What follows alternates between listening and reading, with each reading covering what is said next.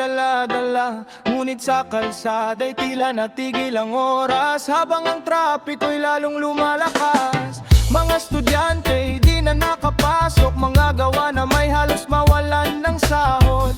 May pasyenteng naghintay sa ospital dahil sa balang hindi naasahan. May boses ang bawat mamamayan, may karapatan sa pagpapahayag. Ngunit sana'y isipin din naman ang kapwa nating naghahanap buhay. Hindi kriminal ang naperwisyo, kundi mga taong lumalaban ng totoo. Ordinaryong Pilipino ang napagod sa bigat ng oras na kanilang naubos. Karapatan mong magsalita at lumabang, ngunit may hangganan din ang pananagutan. Kung hustisya ang tunay na hangarin, sa batas at katotohanan ito hanapin.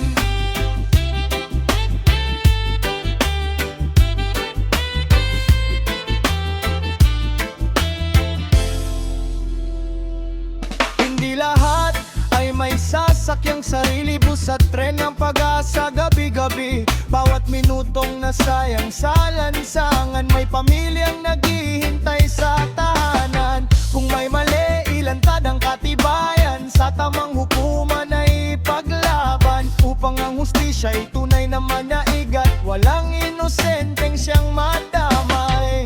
Protesta'y bahagi ng demokrasya, ngunit kaakibat nito'y responsibilidad. Kalayaan at disiplina'y magsama para sa ikabubuti ng bawat isa. Hindi kriminal ang naperwisyo, kundi libo-libong Pilipinong nagsisikap ng totoo. Trabaho, eskwela at pangarap ang naantala, dahil sa gulong ayaw sana nilang maranasan pa.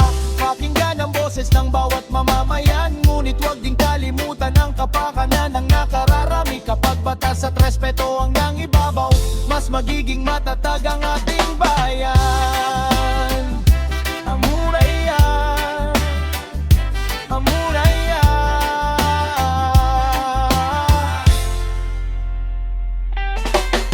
Ang tunay na lakas ng isang bansa